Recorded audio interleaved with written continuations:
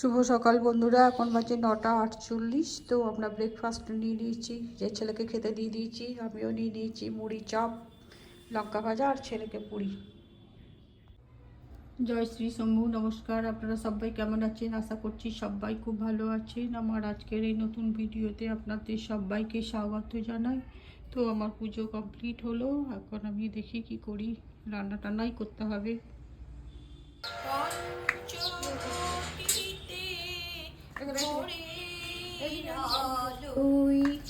পাখি গান রাম কৃষ্ণ রাম কৃষ্ণ রাম কৃষ্ণ রাম পাখি গান চোখটিতে ভোরের আলোয় পাখি গান কৃষ্ণ রাম কৃষ্ণ রাম কৃষ্ণ রাম পাখি গান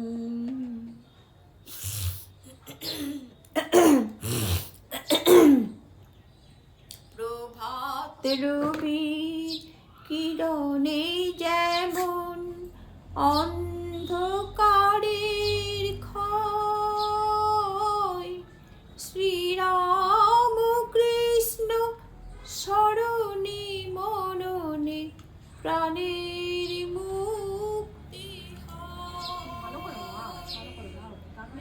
প্রভাত রবির কিরণে যেমন অন্ধকারের ক্ষয়, শ্রীরাম কৃষ্ণ স্মরণে মননে প্রাণের মুক্তি হয়। অন্তর মোর সে শুভ আলোকে করে আনন্দ স্নান, রাম কৃষ্ণ নাম।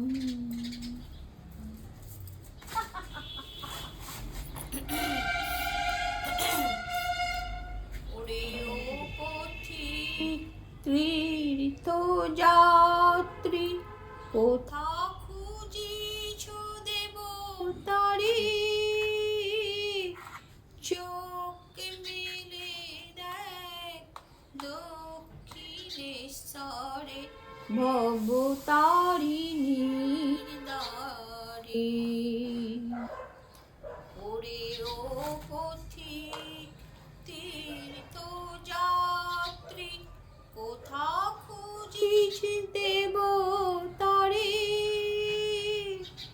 চোখ মেলে দেখ দক্ষিণেশ্বরে ভবতারিণীর দ্বারে। সকাল সন্ধ্যা অলোকানন্দা পান করো নাম সুধা, হৃদয় বিনয় বাজুক সে নাম, দূরে যাক তৃষা ক্ষুধা। সকাল সন্ধ্যা অলোকানন্দা পান করো নাম সুধা, হৃদয় বিনয় বাজুক সে নাম, দূরে যাক তৃষা ক্ষুধা। জগতের গুরু তিনি কল্পতরু, কাঙালের ভগবান, রাম কৃষ্ণ নাম।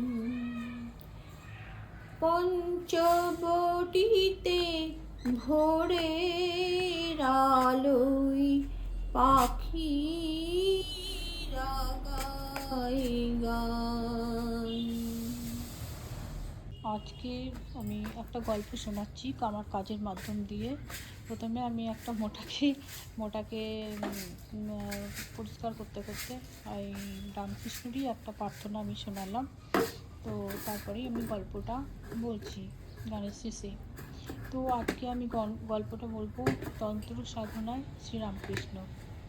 তন্ত্রের নিগূঢ় তথ্য উদ্ঘাটনের জন্য এবং তন্ত্রের মর্যাদা পুনঃপ্রতিষ্ঠিত করিবার জন্য উদ্দেশ্যেই ভোগ মদিরামত্ত ঊনবিংশ শতাব্দীতে শ্রীরামকৃষ্ণ তন্ত্রোক্ত সাধনায় নিমগ্ন হয়েছিলেন। এখানে সব যেটা বলা হচ্ছে যে কঠোর সংযমের দ্বারাই মানে কঠোর সংযমকে ভিত্তিস্বরূপে অবলম্বনপূর্বক তন্ত্রোক্ত সাধনার সময় প্রবৃত্ত হলে ফল প্রত্যক্ষ হবে, নতুবা নহে, মানে হবে না আর কি। এ কথা লোকে কাল ধর্মে প্রায় বিস্তৃত হয়েছিল এবং তাদের অনুষ্ঠিত যে কুক্রিয়া সকলের জন্য তন্ত্রশাস্ত্র দায়ী স্থির করে সাধনে তাহার নিন্দাবাদে প্রবৃত্ত হয়েছিল।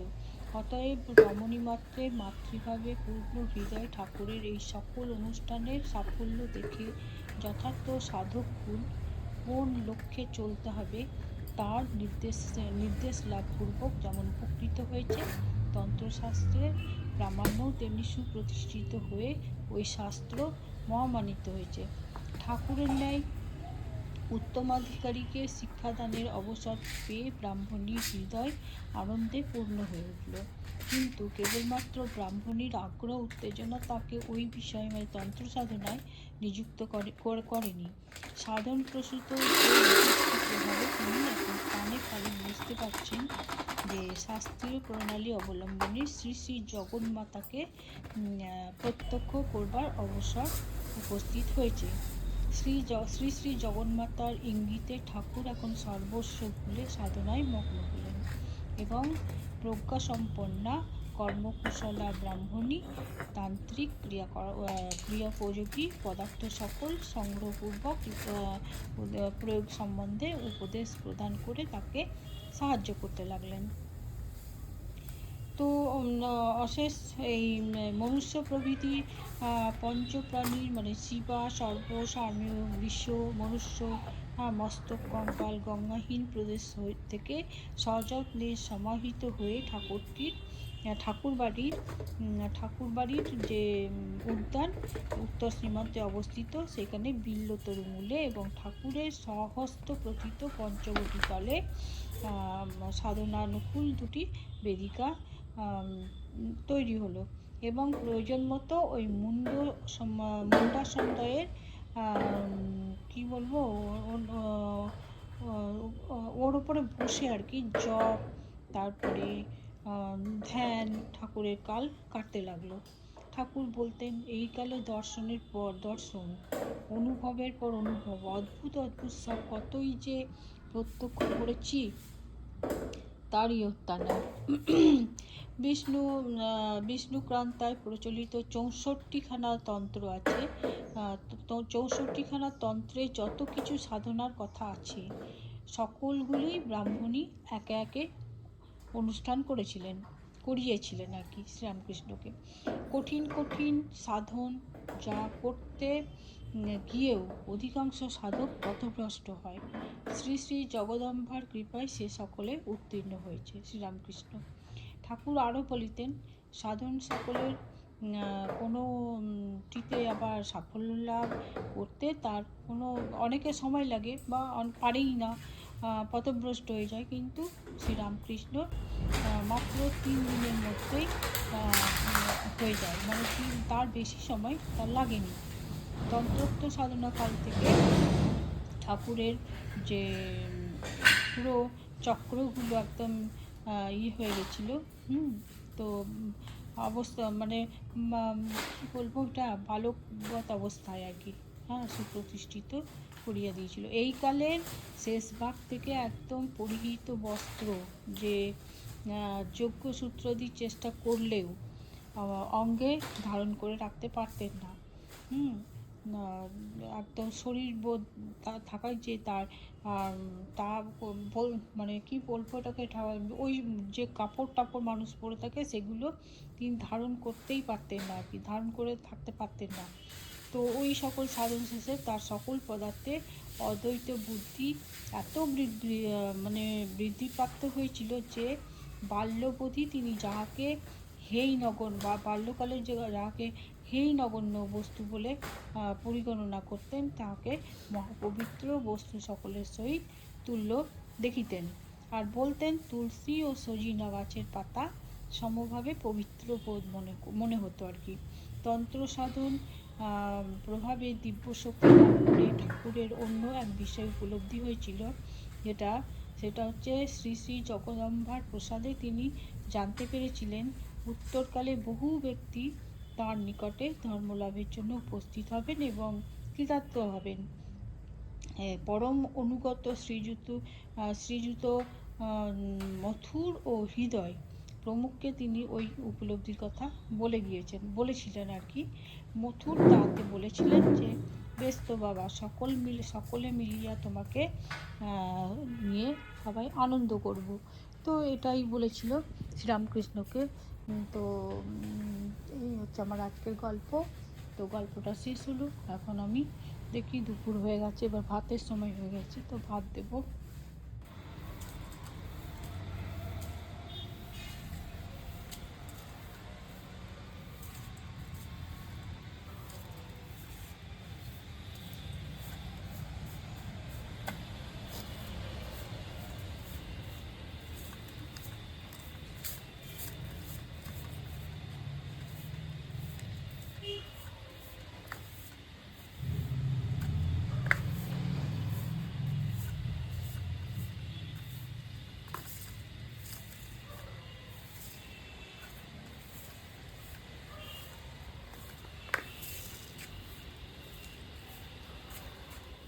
শুভ দুপুর বন্ধুরা, এখন বাজে 1:30। তো আমরা ভাত নিয়ে নিয়েছি। আজকে দুপুরের ভাতের মেনু হচ্ছে শাক ভাজা আর বেগুন পোস্তটা কালকের, আর আজকে করেছি শাক ভাজা আর লাউয়ের ঝোল।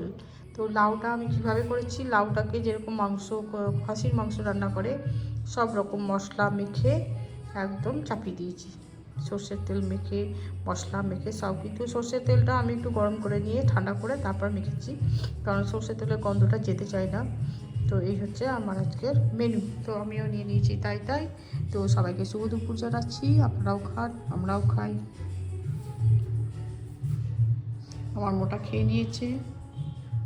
শুভ সন্ধ্যা বন্ধুরা, এখন বাজে 6:30। তো আমি চা করে সন্ধ্যা জ্বালিয়ে নিয়ে চা করে নিয়ে চলে এলাম। দুধ চা মুড়ি খাবো আজকে। আমার ছেলে আসছে, একটু বেড়াতে গেছে, বাসে উঠেছে বললো। তো আমার চা, আমি দুধ চা খাই, মানে আমার ছেলের জন্য করলে আমি রচাই খেয়ে নিই, আর আলাদা চা পাতা দিয়ে ফোটাই না। তো নাই বলে দুধ চা বানিয়ে নিলাম। তো আসলে আবার রচা করতে হবে হয়তো, আমার ছেলে রচাই খায়। তো দুধ চা আর মুড়ি নিয়েছি, তো আমি এখন খাবো। তো সবাইকে শুভ সন্ধ্যা জানাচ্ছি। আপনারাও খান, যদি না খেয়ে থাকেন আমিও খাই।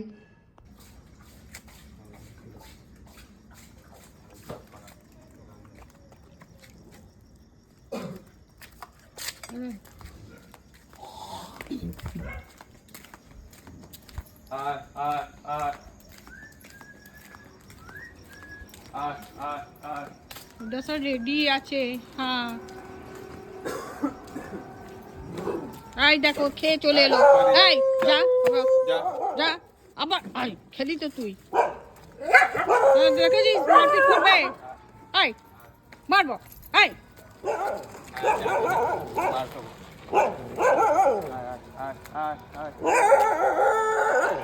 ওইখানে পরিষ্কার জায়গা দেয়।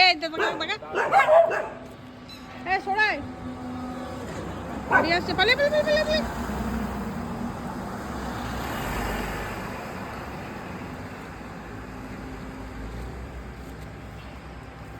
এই তো গাড়ি আসছে, তাড়াতাড়ি গাড়ি আসছে। আর নাম আয় আয় আয় আয় আয় আয়। এই দাঁড়া কাবেরটা বেশি এই গাছ না কামড়ে দেবে মারবো দেখবি যা যা এদিকে দে ওপরে দে এটা বেশি কাবেরটা এই মারবো তোকে এ দেখে দে এ দাও দাও ছোটটা এই ছোটই দেখ ছোট মামা কি করছিস রে এটা খুব বদমাশ কামড়ে দেবে কুকুরকে ভাত দিচ্ছে কোথা দেখ বিয়ে ও আমি চিনি না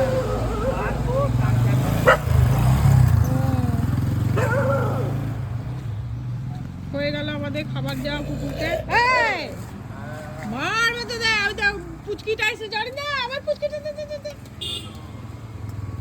এই দে পুচকিটাকে দে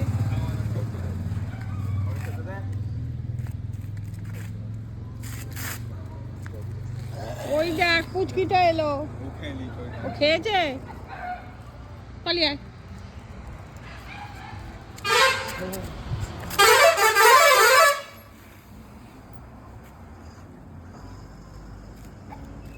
পালিয়ে আয় চল তাহলে বার আসবে না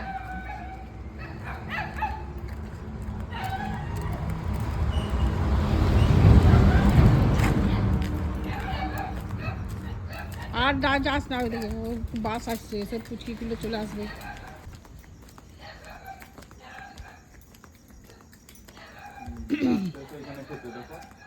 কে নিজেরটা রেখে দিয়ে ছুটলো খুবই চালু তো পালিয়ে ঢোক মোটাকে ছাড়তে হবে পালাবে তবে ভিডিওটা যদি দেখে ভালো লাগে প্লিজ আমাকে লাইক শেয়ার এবং সাবস্ক্রাইব করবেন আপনারা ভালো থাকুন সুস্থ থাকুন এবং সাবধানে থাকুন।